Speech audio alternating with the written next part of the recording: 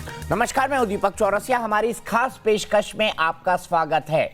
News nation दिशा सालियान को इंसाफ दिलाने की मुहिम में आगे आया है। न्यूज नेशन ने पर एक चश्मदीद ने खुलासा किया है कि दिशा सालियान की आत्महत्या नहीं बल्कि हत्या है। उनका 4 लोगों ने रेप किया था, जिसमें रसूखदार लोग शामिल थे। साथ ही साथ उन्होंने ये भी बताया कि उन्हें 14वीं मंजिल से नीचे फेंक दिया गया। इसी के चलते उनका शव 20 फीट दूर जाकर गिरा है। हमने तमाम अपने जितने भी सबूत थे, उस चश्मदीद का जो बयान था, उससे जुड़े जितने कागजात थे, उसकी जो पहचान थी, वो सभी सीबीआई को सौंप दिए हैं। इस वक्त मेरे साथ इसी मुद्दे पर, जस्टिस फॉर दिशा सालियान मुद्दे पर बात करने के लिए नितेश राणे खुद जुड़ गए हैं। भारतीय जनता पार्टी के एमएलए हैं और जस्टिस फॉर दिशा सालियान की कैंपेन वो खुद इंडिविजुअली अपने स्तर पर चला रहे हैं। सबसे पहले नितेश, मैं बात करूंगा न्यूज नेशन पर चश्मदीद के खुलासे की, और मैं ये जानना चाहूंगा कि आपकी थ्योरी और उसकी थ्योरी, आपकी जानकारी और उसकी जानकारी मैच करती है नहीं करती। वो ये कहता है सबसे पहले कि मैं उस पार्टी में एक किसी दोस्त के साथ गया था। मैं जब ऊपर गया तो वहां पर ऑलरेडी पार्टी चल रही थी। क्या आप भी जानते हैं कि वहां पर एक पार्टी चल रही थी जिसमें 10-12 लोग मौजूद थे? देखिए, ऐसा है कि मुझे जो मालूमात है वो 8 जून की पार्टी जो जूहू में भी हुई थी और शायद दिशा के घर पे भी हो रही होगी। वो दिशा के घर वाले पार्टी का मुझे कुछ मालूमात नहीं है, मगर मुझे मालूम है कि 8 जून को जो इनके घर पे पार्टी हुई थी, मतलब जूहू में जो पार्टी हुई थी, उसके बारे में मुझे मालूमात है। आपने कहा जूहू की पार्टी की मालूमात है। आपको क्या लगता है, रोहन रॉय और उसके 3 दोस्त जो लगातार इस वक्त मीडिया से बच रहे हैं, उसका क्या कारण आपको दिखाई दे रहा है? क्या वो किसी के प्रेशर में है? क्या वो किसी के दबाव में है? देखिए दीपक जी, सीधा सीधा दिख रहा है कि 8 जून को आप किसी भी पार्टी की बात करें, एक प्रूव हो जाता है कि दिशा सालियान के साथ कुछ ना कुछ तो गलत जरूर हुआ है। वो अभी आगे जाके सीबीआई को प्रूव करना है, सीबीआई को उसकी जांच करनी है। मगर इतना तो आपके चैनल के इन्फॉर्मेशन से के वजह से और मेरे पास जो इन्फॉर्मेशन है, वो एक बेसिक चीज़ जो मैच हो रही है कि दिशा सालियान के साथ कुछ ना कुछ तो 8 तारीख को गलत हुआ है। और जिसने वो सब चीज़ें देखी हैं या जिसको वो सब चीज़ें बताई हैं, फॉर एग्जाम्पल मैंने बताया था कि दिशा ने ये फ़ोन करके सुशांत को बताया, तो सुशांत के साथ आगे क्या हुआ था वो भी हमें मालूम है। सेम चीज़ ये जो गलत उसके साथ 8 तारीख को हुआ है, वो रोहन राय को भी मालूम है। अभी रोहन राय ये पूरे पिक्चर में किधर भी नहीं दिख रहा है। मतलब ये क्लियर है कि दिशा के साथ 8 तारीख के साथ में को कुछ ना कुछ तो गलत हुआ, और वो गलत छुपाने के लिए, वो गलत दबाने के लिए आगे की सारी चीज़ें हम लोग को दिख रही है। आगे की सारी चीजें दिख रही हैं। आपने जस्टिस फॉर दिशा सालियान के लिए एक कैंपेन पहले ही चला रखा है नितेश जी। हम भी इस कैंपेन के अंदर शामिल हैं। हमने सीबीआई को आज हमारी जिनकी जानकारी है उसके आधार पर सबूत सौंपे हैं, और लोगों को पता है कि वो अपने फियांसे के फ्लैट के 14वीं मंजिल से कूद गई थी। आपको इस जुहू वाली पार्टी जिसकी आप बात कर रहे हैं, इसकी जो जानकारी है, इसमें कौन कौन लोग शामिल थे? क्या कोई पॉलिटिशियन उसमें शामिल था? क्या कोई बिल्डर उसमें शामिल था? क्या कोई इन्फ्लुएंसर आदमी उसमें शामिल था? क्या कुछ बॉलीवुड से जुड़े हुए लोग उसमें शामिल थे?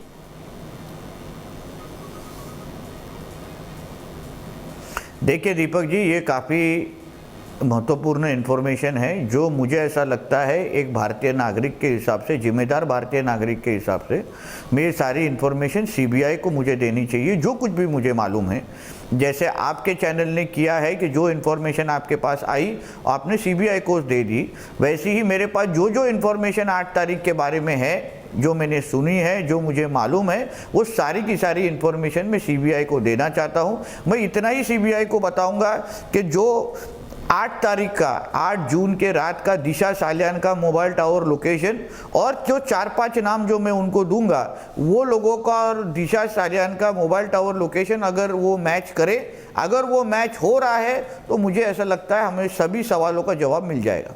ठीक है, हम वो घर भी दिखा रहे हैं जिसके अंदर से कूद के कथित तौर पर पुलिस की थ्योरी के हिसाब से आत्महत्या दिशा सालियान ने की थी और पुलिस ने इसकी फाइल को बंद कर दिया, इसको डिलीट कर दिया। आपको क्या लगता है कहां कहां आपको झोल या गलती नजर आती है पुलिस ने अब तक जो जांच की है? क्योंकि पुलिस का दावा है वो नीचे गिरी, उसको बाद में अस्पताल ले जाया गया। कई ऐसे तथ्य भी उतर कर आ रहे हैं। वो लड़का ये कहता है कि अगर रोहन रॉय मुझे मिल गया तो मैं उसको जूते से मारूंगा, क्योंकि वो अपनी गर्लफ्रेंड को मरते हुए देखता रहा, ये तक उसका दावा है। मैं आपसे जानना चाहता हूं रोहन रॉय को क्या क्या जानकारी है इस पूरे मामले में? देखिए ऐसा है दीपक जी, दो तीन चीज़ हमको बहुत करीबी देखना चाहिए, बहुत ऑब्जर्व करना चाहिए। ये ऐसे है कि 8 तारीख को दिशा सालियान के साथ वो जो कोई हादसा हुआ, उसका हादसा होने के बाद 9 तारीख को मेरे मालूमात के हिसाब से रोहन राय ने अपनी कई दोस्तों के साथ दिशा सालियान का फ्यूनरल, उसका अंतिम संस्कार कहाँ हो कैसा हो, इस बारे में उनको फ़ोन कॉल किए हैं और उसके बारे में चर्चा की है। अगर आपने आगे जाके देखा कि दिशा सालियान का पोस्टमार्टम के ऊपर तारीख क्या लिखी है तो वो 11 जून लिखी है। अगर 9 जून का उसका अगर अंतिम संस्कार या फ्यूनरल प्लान अगर हो रहा था, अंतिम विधि प्लान हो रही थी, तो फिर 11 तारीख को आप पोस्टमार्टम रिपोर्ट पे 11 तारीख क्यों लिखी थी? ये जवाब मुंबई पुलिस को देना चाहिए और या तो रोहन राय को देना चाहिए। दूसरा मेरा मुद्दा ऐसा है कि मुंबई पुलिस ने दो बार इस दिशा सालियान केस का जो इन्वेस्टिगेशन ऑफिसर है वो क्यों बदला है? पहले एक था, उसके बाद अभी कई हफ्तों के बाद दूसरा रख दिया है। ऐसे क्या हुआ उस केस में कि आपको इन्वेस्टिगेशन ऑफिसर आईओ बदलना पड़ा? तो ये सारी चीज़ों का जवाब ये मुंबई पुलिस या तो रोहन राय से हम लोग को जरूर मिलेगा। इसलिए बोल रहा हूँ कि ये पूरा जो सिचुएशन है वो एकदम क्लियर तरीके से दिख रहा है कि ये कोई भी तरीके से सुसाइड नहीं है। कुछ ना कुछ तो 8 तारीख को गलत हुआ है, जो इन्फॉर्मेशन सीबीआई के पास पहुंचनी चाहिए और उसके ऊपर उनको क्लैरिफिकेशन मिलना चाहिए। एक थ्योरी यह है कि पोस्टमार्टम रिपोर्ट के अंदर लिखा था कि दिशा सालियान की जो डेड बॉडी मिली थी वो नेकेड थी। आपकी क्या जानकारी है नीतीश जी? देखिए ये अभी पोस्टमार्टम रिपोर्ट ये गवर्नमेंट डॉक्यूमेंट होती है। अगर उस तरीके का रिपोर्ट में अगर आया है, ऑब्जर्वेशन आया है, तो हम लोग को सही समझ के आगे बढ़ना चाहिए। उसी तरीके से जो प्रोविजनल पोस्टमार्टम रिपोर्ट जो 11 तारीख को आई है उसमें मल्टीपल इंजरीज दिखाई है। एक दिनेश राव जो एक बहुत बड़े फोरेंसिक एक्सपर्ट है, उन्होंने भी ये ऑब्जर्वेशन दिया है कि दिशा सालियान के बॉडी पे वो कूदने के पहले और बाद ऐसे 2 तरीके के इंजरीज दिखे हैं। कहीं जो स्वैब टेस्टिंग लिया गया है प्राइवेट पार्ट का, वो जो स्वैब टेस्टिंग सिर्फ सेक्सुअल असॉल्ट और बलात्कार, ये 2 ही केस के अंदर डॉक्टर एडवाइस करते हैं कि आप ये प्राइवेट पार्ट का आप स्वैब टेस्टिंग करें।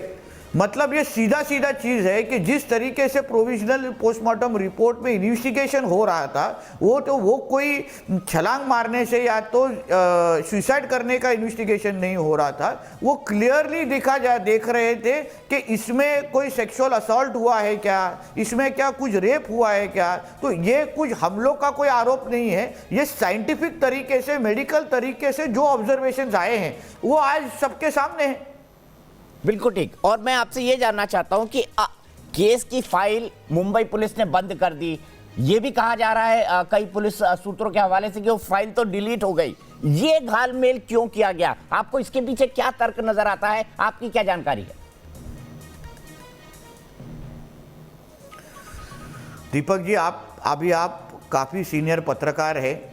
आप एक सीधी बात समझने हमको चाहिए, सबको समझनी चाहिए। अगर clear cut case of suicide होता जहां एक लड़की डिप्रेस थी और उसने डिप्रेशन के कारण छलांग मार के अपनी खुद की जान गंवा दी, अगर ये clear cut case of suicide होता तो ये सारी जो अलग अलग जो थियोरीज आ रही हैं, ये अलग अलग जो मुंबई पुलिस का डिलीट करना, मुंबई पुलिस को आईओ बदलना, मुंबई पुलिस का 2-3 दिन के बाद उसका पोस्टमार्टम करना, ये सारी चीज़ क्या इंडिकेट करती है? फिर अगर ये क्लियर कट केस अगर सुसाइड होता तो ये सारी जो चीजें जो हमको दिखाई दे रही है, जो समझ में आ रही है, जो डॉक्यूमेंटल एविडेंस है, तो फिर ये सारी चीज करने की जरूरत ही नहीं थी ना।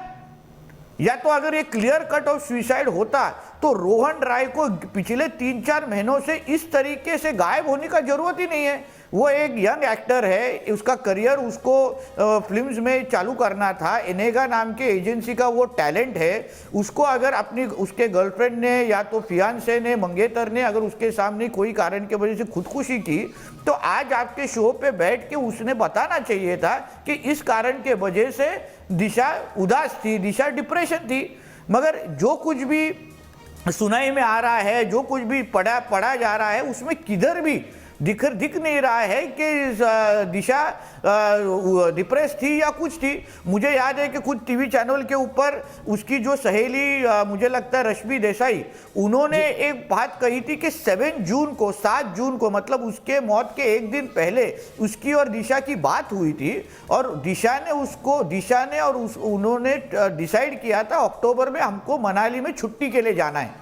अगर कोई अपनी छुट्टियां प्लान कर रहा है, हॉलीडेज प्लान कर रहा है, तो फिर कौन से माइंडसेट में वो 8 तारीख को सुसाइड करेगा? ठीक है, आपने 8 जून की एक और पार्टी की चोरी की बात की, क्योंकि एक पार्टी की तो 8 तारीख को छिपाना है, इसके वजह से तो ये सब चीजें हो रही है। जी, मैं एक पार्टी की तस्वीरें दिखा रहा हूं जो दिशा सालियान के सोशल मीडिया अकाउंट पर पोस्ट हुई थी। 8 जून की रात की तस्वीरें हैं। उसमें कौन कौन से चेहरे दिखाई दे रहे हैं मैं आपको बताता हूं। पहला चेहरा है दिशा सालियान। हमारा चश्मदीद इस पार्टी की बात कर रहा है, लेकिन नीतीश इससे पहले हुई दूसरी पार्टी की बात कर रहे हैं। दूसरा शख्स है दीप अजमेरा, वहां पर भी हम चलते हैं। तीसरा शख्स हम आपको बताते हैं, दीप अजमेरा के घर के बाहर भी हमारा रिपोर्टर कैमरामैन कल कई घंटे खड़ा रहा, वो अपने फ्लैट में नहीं है। आगे दिखाइए इस फुटेज को प्लीज, आगे दिखाइए इस फुटेज को, क्योंकि इस फुटेज में इसके बाद रोहन रॉय भी दिखाई देंगे। जो चुप है ये दोस्त, ये देखिए यहां पर उनकी तीसरी दोस्त है जिसका नाम है रेशा पटवाल। रेशा पटवाल भी इस पार्टी के अंदर मौजूद है। ये 1401 रीजन गैलेक्सी अपार्टमेंट का फ्लैट है जहां से दिशा सालियान ने मास्टर बेडरूम से छलांग लगाई थी। हम कॉन्टेक्स्ट समझा देते हैं दर्शकों को, फिर मैं नितेश जी के पास जाऊंगा। और अंत में जो तस्वीरें दिखाई दे रही हैं उसमें एक तरफ रोहन रॉय है और एक तरफ हिमांशु शिकरे। हिमांशु शिकरे बेहद संदेहास्पद है। ये अपने घर पे मौजूद थे, कल झांक रहे थे, हमारा कैमरा गया, इन्होंने पुलिस को बताया कि इनकी जान को खतरा है और पुलिस ने हमको वहां से हटा दिया। हमने फिर भी कोशिश की, हम आज भी गए, लेकिन हिमांशु शिकरे अपनी जबान खोलने को तैयार नहीं है। सवाल यह है क्यों? अब नितेश जी मैं आपसे जानना चाहूंगा, इस पार्टी से तो दिशा सालियान कथित तौर पर कूदकर आत्महत्या कर लेती है क्योंकि वो डिप्रेस थी। यहां पर वो हंसी खुशी नाचते हुए दिखाई दे रही है और अपना वीडियो खुद बना रही है। क्या यह संदेह पैदा नहीं करता है नितेश जी? जरूर पैदा करता है दीपक जी। इसलिए तो मैं कहता हूं कि इस बारे में वो पार्टी में या उसकी ज़िंदगी में सबसे करीब कौन है तो रोहन राय है, क्योंकि रोहन राय के साथ उसकी शादी होने वाली थी, वो लिविंग रिलेशनशिप में थी। इसलिए मैं पहले दिन से कह रहा हूं कि वो लड़के को आगे आके उसको इन्वेस्टिगेट करना चाहिए, शायद कस्टोडियल इन्वेस्टिगेशन होना चाहिए। जिस तरीके से वो लड़का आज पूरे पिक्चर में नहीं है, वो चुप है, मतलब उसको कुछ ना कुछ तो ऐसी इंफॉर्मेशन है जो वो बताना नहीं चाहता, जिसके वजह से उसको डराया हुआ है, भगाया हुआ है। इसलिए तो मैं बता रहा हूँ ना कि सारे जो हमारे मेरे आपके या पूरे भारत के दिल में जो सवाल आप दिशा सालियान के बारे में है, तो उसके जवाब हम लोग को अगर मालूम पड़ने हैं तो मुझे ऐसा लगता है कि रोहन राय को बुला के उसको इन्वेस्टिगेट करना ही चाहिए। ठीक है, मैं आपसे एक और चीज जानना चाहता हूं। आप 8 जून की जिस जुहू में हुई पार्टी की बात करें, जिसमें आप कह रहे हैं कि जो 4-5 नाम आपके पास है, जो इन्वेस्टिगेशन एजेंसी ना तो आप है ना हम हैं, इसलिए सीबीआई उसकी टावर लोकेशंस मिला ले। वो पार्टी किस कॉन्टेक्स्ट में थी और दिशा सालियान वहां पर क्या अकेले गई थी या रोहन रॉय के साथ गई थी? मैं आपको इतना ही कहता हूं दीपक जी, आज ये केस इतना सेंसिटिव है, अगर मैं जितनी ज़्यादा मालूमात दूंगा तो जो लोग इन्वॉल्व हैं, आप एक समझ के लीजिए, ये केस शुरू होने से आज तक, मतलब सुशांत सिंह की हो या दिशा सिंह की हो, सभी तरीके से सबूत मिटाने के लिए बहुत ज़्यादा कोशिश हो रही है। किसी को धमकाया जा रहा है, कोई सबूत मिटाए जा रहे हैं, सीसीटीवी डिलीट हो रहे हैं, एम्बुलेंस ड्राइवर को धमकियां मिल रही हैं। तो इसलिए जितना इन्फॉर्मेशन है मैं सीबीआई को देना चाहूँगा, क्योंकि वो आज इन्वेस्टिगेशन एजेंसी है, मुझे उसके ऊपर पूरी तरीके से विश्वास है।